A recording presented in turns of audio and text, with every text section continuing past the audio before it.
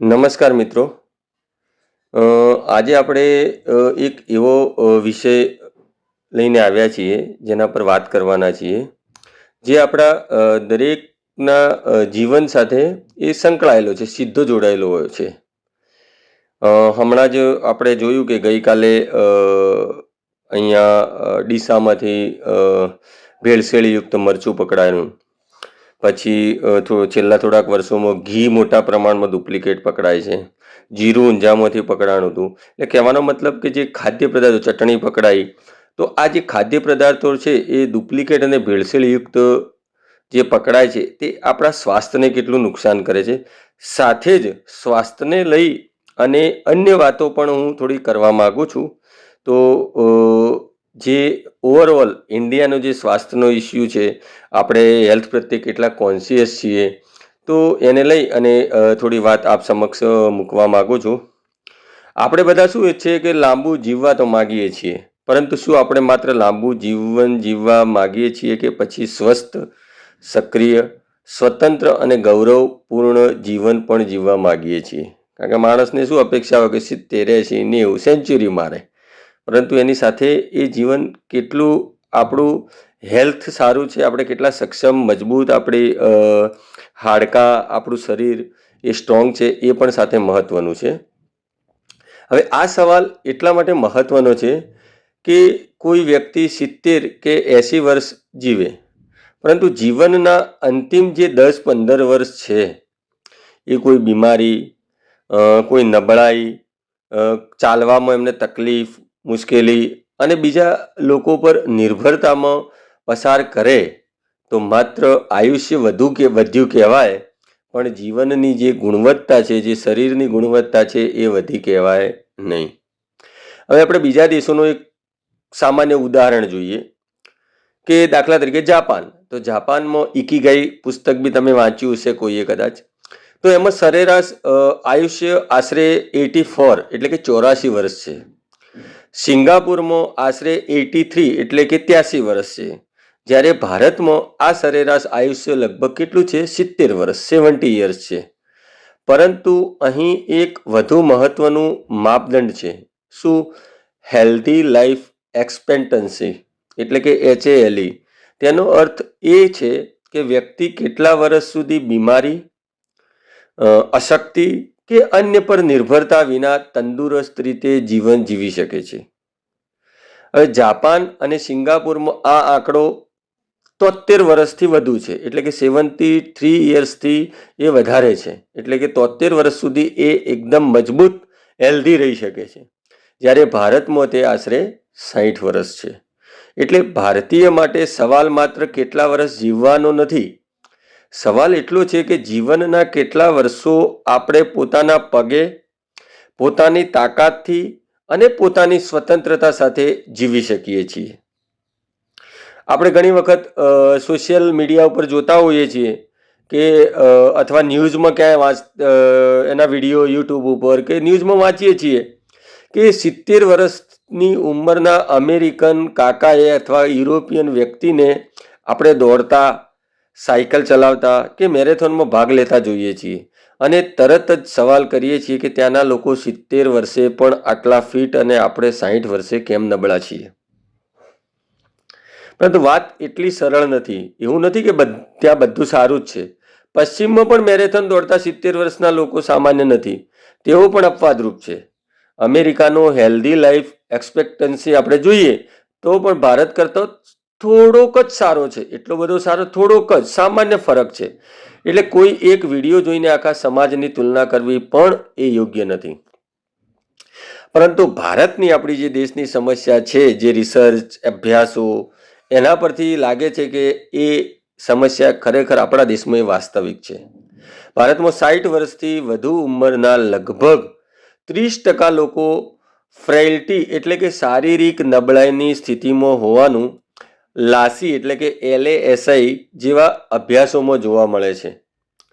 વૃદ્ધ પુરુષોમાં grip strength એટલે કે હાથની પકડની શક્તિ પણ મોટી સંખ્યામાં ઓછી જોવા મળે છે. તમે જોતા હશો કોઈ લોકો આ અમુક ઉંમર થઈ જાય તો એના પછી એમના હાથ ધ્રુજારી મારતા હોય છે. એટલે એ કોઈ પણ વસ્તુ પકડવા માટે સક્ષમ નથી હોતા અને ઉંમર વધતા આ સ્થિતિ વધુ ને વધુ ગંભીર બનતી જાય છે. વૃદ્ધ મહિલાઓમાં પણ શારીરિક સક્રિયતાનું પ્રમાણ ચિંતાજનક રીતે ઓછું છે. હવે સાથે આપણે જોઈએ તો હાડકાની સ્થિતિ પણ એટલી જ ગંભીર છે. ઓસ્ટિયોપેનિયા એટલે કે હાડકાની ઘનતા ઘટવાની સમસ્યા અને ઓસ્ટિયોપોરોસિસ એટલે કે હાડકા ખૂબ નબળા થવાની સમસ્યા આપણા ભારતીય નાગરિક સમાજમાં સામાન્ય બની રહી છે. પરિણામે વૃદ્ધાવસ્થામાં પડી જવાની ઘટના માત્ર એક સામાન્ય અકસ્માત નથી રહેતું. ઘણી વખત એક પડી જવું વ્યક્તિની સ્વતંત્ર જિંદગી છીનવી લે છે. તો સવાલ એ છે કે આવું કેમ થાય છે? શું તેનું કારણ માત્ર આપણા જીન્સ એટલે કે જીનેટિક્સ છે? મોટા ભાગે એનો જવાબ છે ના, નહીં. જો જીનેટિક્સ જ મુખ્ય કારણ હોત તો જાપાન, દક્ષિણ કોરિયા અને સિંગાપુર જેવા એશિયન જે દેશો છે એમાં લોકો આટલું તંદુરસ્ત જીવન કેવી રીતે જીવી શકતા હોત? સિંગાપુરમાં મોટી ભારતીય વસ્તી હોવા છતાં ત્યાંના આરોગ્ય પરિણામો ભારત કરતાં ખૂબ સારા છે. એના અભ્યાસો કહી રહ્યા છે. એટલે આપણી સમસ્યા માત્ર જીનેટિક્સની નથી. આપણી જીવનશૈલી, ખોરાક, શારીરિક સક્રિયતા, જાહેર આરોગ્ય વ્યવસ્થા, પર્યાવરણ અને આરોગ્ય પ્રત્યેની આપણી માનસિકતા પણ એટલી જ જવાબદાર અને એ એટલી જ મહત્વપૂર્ણ છે. સૌથી પહેલી ભૂલ આપણે શું કરીએ છીએ? યુવાન અવસ્થામાં કરીએ છીએ. સામાન્ય રીતે યુવાનીના જે 25 થી 30 વર્ષની જે ઉંમર છે તે સુધીમાં શરીરમાં હાડકાની જે મહત્તમ ઘનતા અને સ્નાયુ શક્તિ જે છે એનો મજબૂત પાયો આ 5 વર્ષમાં વિકસતો હોય છે. પરંતુ આજના યુવાનો શું કરે છે? યુવાનોનું જીવન જુઓ, કલાકો સુધી મોબાઈલ, કમ્પ્યુટર, અભ્યાસ, ઓફિસ અને સતત બેઠાડું જીવન, શરીરનો ઉપયોગ ઓછો અને સ્ક્રીનનો ઉપયોગ વધારે, એટલે એ રીતના વ્યવસાય ધંધા થઈ ગયા છે. એટલે એ રીતની જીવનશૈલી થઈ ગઈ છે.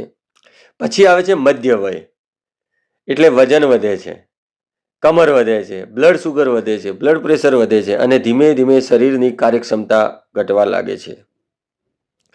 એટલે વૃદ્ધાવસ્થાની નબળાઈ 60 વર્ષની ઉંમરે અચાનક આવતી નથી. તેની શરૂઆત ઘણી વહેલા એટલે કે 20, 30 અને 40 વર્ષની ઉંમરે જ થઈ ચૂકી હોય છે. બીજી મોટી ભૂલ જોઈએ તો એ શું છે? આપણે કસરતનો અર્થ માત્ર ચાલવાનું માનીએ છીએ. ચાલવું ખૂબ સારું છે, નો ડાઉટ. હૃદય માટે ખૂબ જ સારું છે, શ્વાસ માટે ખૂબ સારું છે, વજન નિયંત્રણ માટે પણ સારું છે. પરંતુ શરીરને માત્ર ચાલવાની જ નહીં, સ્નાયુઓને મજબૂત રાખવાની પણ એટલી જ જરૂર છે. એટલે જીવનમાં રેઝિસ્ટન્સ ટ્રેનિંગ એટલે કે સ્ટ્રેન્થ ટ્રેનિંગનો સમાવેશ કરવો ખૂબ જરૂરી છે. હળવા વજન, resistance band, sit to stand, squats જેવી કસરતો યોગ્ય માર્ગદર્શન હેઠળ આપણે કરી શકાય. હવે સૌથી સુંદર વાત એ છે કે સ્નાયુઓ કોઈ પણ ઉંમરે સુધારી શકાય છે. એવું નથી કે યુવાવસ્થામાં જ આપણે સ્નાયુઓ માટે મહેનત કરીએ તો ભવિષ્યમાં એ લાભ, એવું નહીં. ગમે તે ઉંમરે સ્નાયુ સુધારી શકાય છે. એ માણસ ભલે એ 80 કે 90 વર્ષનો હોય, 80 કે 90 વર્ષની ઉંમરે પણ યોગ્ય કસરત કરવામાં આવે તો સ્નાયુ શક્તિમાં સુધારો શક્ય છે. પરંતુ અહીં એક ખૂબ જ મહત્વની વાત છે. કઈ વાત? કે શરીરને માત્ર કસરતથી નહીં, ખોરાકથી પણ સારું બનાવવું પડે છે, સ્વસ્થ બનાવવું પડે છે. આપણે શરીરને શું ખવડાવીએ છીએ એ પણ એટલું અત્યંત મહત્વનું છે. પ્રોટીન શરીરના સ્નાયુઓ માટે જરૂરી છે. દાળ, દૂધ, દહીં, પનીર, ઈંડા, અંકુરિત કઠોળ જેવા સારા પ્રોટીન સોર્સિસ આપણા રોજિંદા ખોરાકમાં હોવા જોઈએ. પરંતુ પ્રોટીનનું સરેરાશ સેવન વૈશ્વિક સરેરાશ કરતાં ઓછું હોવાનું અનેક અભ્યાસોમાં દર્શાવવામાં આવ્યું છે. બીજી તરફ વિટામિન ડીની ઉણપ પણ ખૂબ જ વ્યાપક પ્રમાણમાં છે. એના ઉપર મેં એક આર્ટિકલ પણ લખેલો છે. અહીંથી આપણો સવાલ વધુ ગંભીર બને છે.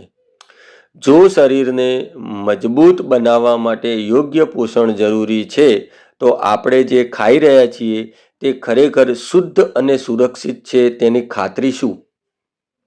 કે ખાતરી છે ખરી તમને? આ સવાલ માત્ર પોષણનો નથી, આ સવાલ છે ફૂડ સેફ્ટીનો. કારણ કે આજે આપણને માત્ર ખોરાકની અછતનો પ્રશ્ન નથી, ક્યારેક આપણને ખોરાકની ગુણવત્તાનો પણ પ્રશ્ન થાય છે. દૂધમાં ભેળસેળ, ઘીમાં અન્ય તેલોનું મિશ્રણ, તેલમાં ભેળસેળ, મસાલામાં નકલી રંગ અથવા હલકી ગુણવત્તાના પદાર્થો, નકલી મધ, નકલી ઘી, આ બધું માત્ર ગ્રાહક સાથે છેતરપિંડી નથી, આ જાહેર આરોગ્યનો બહુ મોટો ગંભીર અને ચિંતાજનક પ્રશ્ન છે. આપણે જીમમાં જઈએ, કસરત કરીએ, પ્રોટીન લઈએ, પરંતુ જો આપણા રસોડામાં પહોંચતું ઘી નકલી હોય, તેલ ભેળસેળયુક્ત હોય અથવા મસાલામાં અયોગ્ય પદાર્થો હોય તો આપણી હેલ્થ સ્ટ્રેટેજી અધૂરી કહેવાય. ગુજરાતના તાજેતરના બનાવો આ બાબતે આપણને ખૂબ જ ગંભીર અને વધુ ચિંતાજનક ચેતવણીઓ આપી રહ્યા છે. સુરતમાં નકલી દેશી ઘી બનાવવાના કેસમાં વનસ્પતિ, સોયાબીન અને પામોલિન તેલના મિશ્રણનો ઉપયોગ કરીને ઘી બનાવવાનો આરોપ સામે આવ્યો હતો. સુરત અને ડીસામાં કાર્યવાહી દરમિયાન મોટી માત્રામાં શંકાસ્પદ ઘી અને તેલ જપ્ત કરવામાં આવ્યું હતું. ડીસામાં જ આશરે 987 લીટર શંકાસ્પદ ઘી જપ્ત થયાના અહેવાલો આવ્યા છે. ઊંઝામાં હજારો કિલો વરિયાળી સાથે બિનખાદ્ય લીલા રંગનો જથ્થો જપ્ત થયો હોવાના અહેવાલો પણ આપણે વાંચ્યા છે અથવા સામે આવ્યા જ છે. અને હમણાં પાલનપુરમાં 700 કિલો ભેળસેળયુક્ત લાલ મરચાંની ચટણી જપ્ત થવાનો બનાવ પણ સામે આવ્યો છે. તો આ ઘટનાઓ આપણને એક વાત સમજાવે છે કે એ ભેળસેળ એ કોઈ દૂરના શહેરની સમસ્યા નથી, તે આપણા બજાર સુધી, આપણા ઘરના રસોડા સુધી અને આખરે આપણા શરીર સુધી એ પહોંચી શકે છે. એટલે આપણે ઘણી વખત કહીએ છીએ કે બહારનું ન ખાવું, ઘરનું જ ખાવું, પરંતુ હવે આપણે આ વાતમાં એક સુધારો કરવો પડશે કે ઘરનું ખાવું જરૂરી છે, પરંતુ ઘરમાં આવતી સામગ્રી શુદ્ધ છે કે નહીં તે તપાસવું પણ એટલું જ જરૂરી છે. જો ઘી નકલી હોય, તેલ ભેળસેળયુક્ત હોય અથવા મસાલામાં અયોગ્ય રંગ હોય તો રસોઈમાં ઘરમાં જે બની છે એટલા માટે તો આપોઆપ સુરક્ષિત બની જતી નથી. એટલે હેલ્થ કોન્શિયસ માત્ર કેલરીઝ ગણવી નહીં. હેલ્થ કોન્શિયસ એટલે પોતાની જે થાળીમાં શું આવે છે જમવા માટે તે પણ સાથે સાથે સમજવું જરૂરી છે. આપણે કેટલું ખાઈએ છીએ તે જોવું, શું ખાઈએ છીએ તે પણ જોવું, ક્યાંથી ખરીદીએ છીએ તેનું પણ ધ્યાન રાખવું અને એનું લેબલ તો ખાસ વાંચવું. FSSAI એ લાયસન્સની વિગતો તપાસવી. જે ફૂડ સેફ્ટી અને સિક્યોરિટી છે એમને હમણાં નવા પ્રસ્તાવો પણ મૂક્યા છે ખાદ્ય પદાર્થોને લઈને, તો એમની લાયસન્સ છે કે નહીં એ પણ ખાસ તપાસ કરવી. અસામાન્ય રીતે સસ્તી વસ્તુથી સાવચેત રહેવું. શંકાસ્પદ પેકિંગ, રંગ, ગંધ કે ગુણવત્તા હોય તો સાવચેત રહેવું. કારણ કે માત્ર સસ્તું મળ્યું એટલે સોદો સારો હોય એવું નથી. ક્યારેક સસ્તી વસ્તુની કિંમત આપણે પૈસામાં નહીં પરંતુ સ્વાસ્થ્યમાં ચૂકવતા હોઈએ છીએ, હોસ્પિટલોમાં, દવાખાનામાં ચૂકવતા હોઈએ છીએ. આપણે એ પણ સમજવું પડશે કે સરકારની જવાબદારી પણ ખૂબ જ મોટી છે. ફૂડ સેફ્ટી અને સિક્યોરિટી FSSAI એ 2026માં હાઈ રિસ્ક ફૂડ કોમોડિટીઝ સાથે એન્ફોર્સમેન્ટ અને ક્રેકડાઉન વધારવા રાજ્યોને આહવાન કર્યું છે. દૂધ અને દૂધની બનાવટો, મીઠાઈ, નમકીન, ઘી, એડિબલ ઓઇલ અને અન્ય સંવેદનશીલ ખાદ્ય પદાર્થોમાં સેમ્પલિંગ અને સર્વેલન્સ વધારવાની દિશામાં પગલાં લેવાઈ રહ્યા છે. આ બાબતે નાગરિકોએ પણ જાગૃત રહી અને ક્યાંક આવું શંકાસ્પદ લાગે તો ચોક્કસથી એની રજૂઆત પણ કરવી જોઈએ લાગતા વળગતા વિભાગો અથવા કચેરીએ. ફૂડ સેફ્ટી ઓન વ્હીલ્સ જેવી વ્યવસ્થાઓ દ્વારા સ્થળ પર ટેસ્ટિંગ અને પબ્લિક અવેરનેસ વધારવાનો પ્રયાસ પણ સાથે સાથે થઈ રહ્યો છે. આધુનિક ફૂડ લેબોરેટરીઝ અને HRMS જેવી હાઈ એન્ડ ટેસ્ટિંગ ટેકનોલોજી પર ભાર મુકાઈ રહ્યો છે. આ ખૂબ જ સારા, સરાહનીય અને આવકારદાયક પગલાં છે. પરંતુ અહીં એક સવાલ પૂછવો ખૂબ જ જરૂરી છે. નિયમો બન્યા પછી તેમનો અમલ કેટલો થાય છે? માત્ર દરોડો પાડવો પૂરતો નથી, માલ જપ્ત કરવો પણ પૂરતો નથી, પ્રેસ નોટ બહાર પાડવી પણ પૂરતી નથી.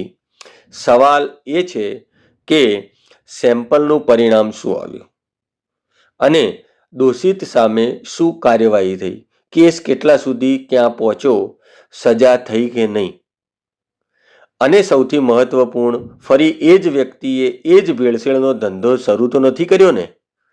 જાહેર આરોગ્યની સુરક્ષા માટે સીઝર કરતાં એકાઉન્ટેબિલિટી ખૂબ જ વધુ મહત્વની છે.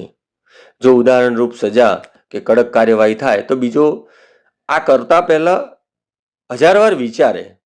એટલે ભેળસેળ પકડવી જરૂરી છે, પરંતુ ભેળસેળ કરનારને એવી સજા અને એવો કાયદાનો ડર ઊભો કરવો વધુ જરૂરી છે કે બીજો કોઈ વ્યક્તિ એ જ કામ કરવાની હિંમત ન કરે. પરંતુ આ એકલી સરકારની જવાબદારી નથી. સરકારની સાથે સાથે નાગરિકોની પણ એટલી જ જવાબદારી છે.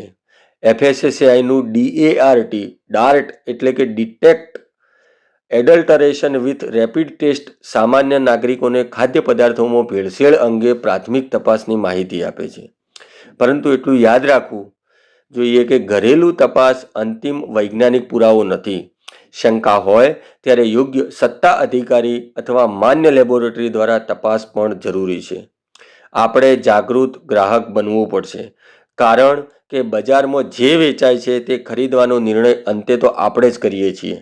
અને એક બીજી મોટી માનસિકતા બદલવાની ખૂબ જરૂર છે કે વડીલોને આપણે ઘણી વખત પ્રેમથી કહીએ છીએ, હવે તમે કંઈ કામ ન કરો, આરામ કરો. પરંતુ શરીરનો નિયમ છે. શું નિયમ છે? Use it or lose it. વડીલોને સંપૂર્ણ નિષ્ક્રિય બનાવી દેવામાં આવે તો સ્નાયુઓ નબળા પડે છે, સાંધાઓ જકડાય છે અને શરીરનું સંતુલન ઘટે છે. પરંતુ આપણે તો અહીંયા 55 વર્ષે રિટાયર્ડ થયા એટલે બસ 1 થી 5 વચ્ચે કે 10 વચ્ચે ટાઈમસર સેલરી પડે અને આરામ કરવાનું. ના, એ તમારા હેલ્થ અને સ્વાસ્થ્ય માટે ખૂબ જ જોખમકારક છે. એટલે વડીલોની સંભાળનો અર્થ તેમને બેસાડી રાખવો નહીં, પરંતુ તેમની ક્ષમતા પ્રમાણે એમને સક્રિય રાખવા, પ્રવૃત્તિશીલ રાખવા. તેમને ચાલવા દો, એમને હળવી કસરત કરવા દો, રોજિંદા કામમાં ભાગ લેવા દો, એમને સામાજિક રીતે સક્રિય રાખો અથવા રહેવા માટે એમને પ્રોત્સાહિત કરો, યોગ્ય પોષણ આપો અને જરૂર પડે ત્યારે સમયસર એમની તબીબી તપાસ પણ સમયાંતરે કરાવતા રહેવું જોઈએ. કારણ કે વૃદ્ધાવસ્થા કોઈ અચાનક આવતી બીમારી નથી. તેની તૈયારી આપણે આજે કરીએ છીએ. આજે આપણે જે ખાઈએ છીએ, જે રીતે જીવીએ છીએ, જેટલું ચાલીએ છીએ, જેટલું બેસીએ છીએ, જેટલું કસરત કરીએ છીએ અને આપણા શરીરને જેટલું મહત્ત્વ આપીએ છીએ, આ બધું મળીને આવતીકાલની આપણી વૃદ્ધાવસ્થા બનાવે છે. એટલે જો આપણે ખરેખર લાંબુ અને સ્વસ્થ જીવન જીવવા માંગતા હોઈએ તો ઓછામાં ઓછા 5 સંકલ્પ તો કરવા જ જોઈએ. કયા 5 સંકલ્પ? પહેલું છે દરરોજ શારીરિક રીતે સક્રિય રહેવું. બીજું સંકલ્પ છે અઠવાડિયામાં 2 થી 3 વખત યોગ્ય સ્ટ્રેન્થ અથવા રેઝિસ્ટન્સ એક્સરસાઇઝ કરવી. ત્રીજું સંકલ્પ છે દરેક ભોજનમાં યોગ્ય પ્રોટીન સોર્સ ઉમેરવો અને સંતુલિત આહાર લેવો. ચોથું છે ઉંમર અને વ્યક્તિગત જોખમ પ્રમાણે જરૂરી આરોગ્ય તપાસ કરાવતા રહેવું સમયાંતરે. અને 5મું સંકલ્પ છે ખાદ્ય પદાર્થ ખરીદતી વખતે જાગૃત ગ્રાહક બની રહેવું. પરંતુ તેમાં એક છઠ્ઠો સંકલ્પ પણ હું મારો ઉમેરવા માંગુ છું કે આ જાગૃતિ માત્ર પોતાના સુધી સીમિત ન રાખવી. તમારા માતા પિતાને સમજાવો, તમારા બાળકોને સમજાવો, તમારા મિત્રો અને પરિવારને સમજાવો. જ્યાં પણ કોઈ ચર્ચા થતી હોય, જાહેરમાં કોઈ સંવાદ ચાલતો હોય, ત્યાં પણ આ સમજણ આપો. કારણ કે સ્વાસ્થ્ય એ માત્ર વ્યક્તિગત સંપત્તિ નથી. સ્વસ્થ નાગરિકો જ સ્વસ્થ સમાજ બનાવે છે. અને અંતે ફરીથી એક જ સવાલ કે 60ની ઉંમરે ઊભા રહેવામાં તકલીફ કેમ પડે છે? કારણ એક નથી, કારણ ઘણા છે. બેઠાડું જીવનશૈલી, કસરતનો અભાવ, સ્નાયુઓની જે શક્તિ છે, સ્નાયુ શક્તિની, એ આપણે અવગણના કરીએ છીએ. પ્રોટીન અને અન્ય પોષક તત્વોની ઉણપ છે. વિટામિન ડીની સમસ્યા હોઈ શકે છે. હાડકાની નબળાઈ હોઈ શકે છે. વડીલોને અતિશય નિષ્ક્રિય રાખવાની સમસ્યા પણ હોઈ શકે છે. આ માનસિકતાથી પણ આપણે દૂર કરવાની જરૂર છે. અને તેની સાથે સાથે ભેળસેળ અને નકલી ખાદ્ય પદાર્થોની પણ સાથે એટલી જ સમસ્યા છે. આ બધી બાબતો સાથે મળીને આપણા શરીર અને આપણા ભવિષ્યનું સ્વાસ્થ્ય નક્કી કરે છે. એટલે હેલ્ધી એજિંગની તૈયારી 60 વર્ષની ઉંમરે નહીં, આજથી જ શરૂ થાય છે. કસરતથી શરીરને મજબૂત બનાવો, યોગ્ય ખોરાકથી શરીરને પોષણ આપો, ભેળસેળથી પરિવારને બચાવો, વડીલોને સક્રિય રાખો, પ્રવૃત્તિશીલ રાખો, સમયસર આરોગ્ય તપાસ કરાવો અને સૌથી મહત્વપૂર્ણ તમારા સ્વાસ્થ્ય પ્રત્યે પોતે જવાબદાર બનો, હેલ્થ કોન્શિયસ બનો. કારણ કે સ્વસ્થ જીવન એ માત્ર લાંબુ જીવન જીવવાનું નામ નથી. સ્વસ્થ જીવન એટલે પોતાના પગે ઊભી રહેવાની શક્તિ, ક્ષમતા ઊભી કરવી, પોતાના રોજિંદા કામ જાતે કરવાની સ્વતંત્રતા કેળવવી, વૃદ્ધાવસ્થામાં પણ ગૌરવ સાથે જીવવાનો આત્મવિશ્વાસ કેળવવો અને પોતાની જ થાળીમાં રહેલા ખોરાક પર વિશ્વાસ રાખવો. આપણે માત્ર વધુ વર્ષો જીવવા નથી માંગતા, આપણે વધુ સારા વર્ષો જીવવા છે. બીમારી આવ્યા પછી સારવાર કરવી જરૂરી છે, પરંતુ બીમારી આવે તે પહેલાં જાગૃત થવું એ ખૂબ જ વધુ સમજદારી રહેશે. એટલે આજથી એક નાનો નિર્ણય લઈએ, ચાલીશું, કસરત કરીશું, યોગ્ય ખાવાનું ખાઈશું, ખોરાક વિચારીને ખરીદીશું, ભેળસેળ સામે અવાજ ઉઠાવીશું, વડીલોને સક્રિય રાખીશું અને આપણા સ્વાસ્થ્યને નસીબના ભરોસે નહીં, જાગૃતિ અને જવાબદારીના ભરોસે રાખીશું. કારણ કે અંતે વાત માત્ર એટલી નથી કે આપણે કેટલા વર્ષ જીવ્યા. સાચો સવાલ તો એ છે કે આપણે એ વર્ષો કેટલા સ્વસ્થ, સ્વતંત્ર અને ગૌરવપૂર્ણ રીતે જીવ્યા. ધન્યવાદ.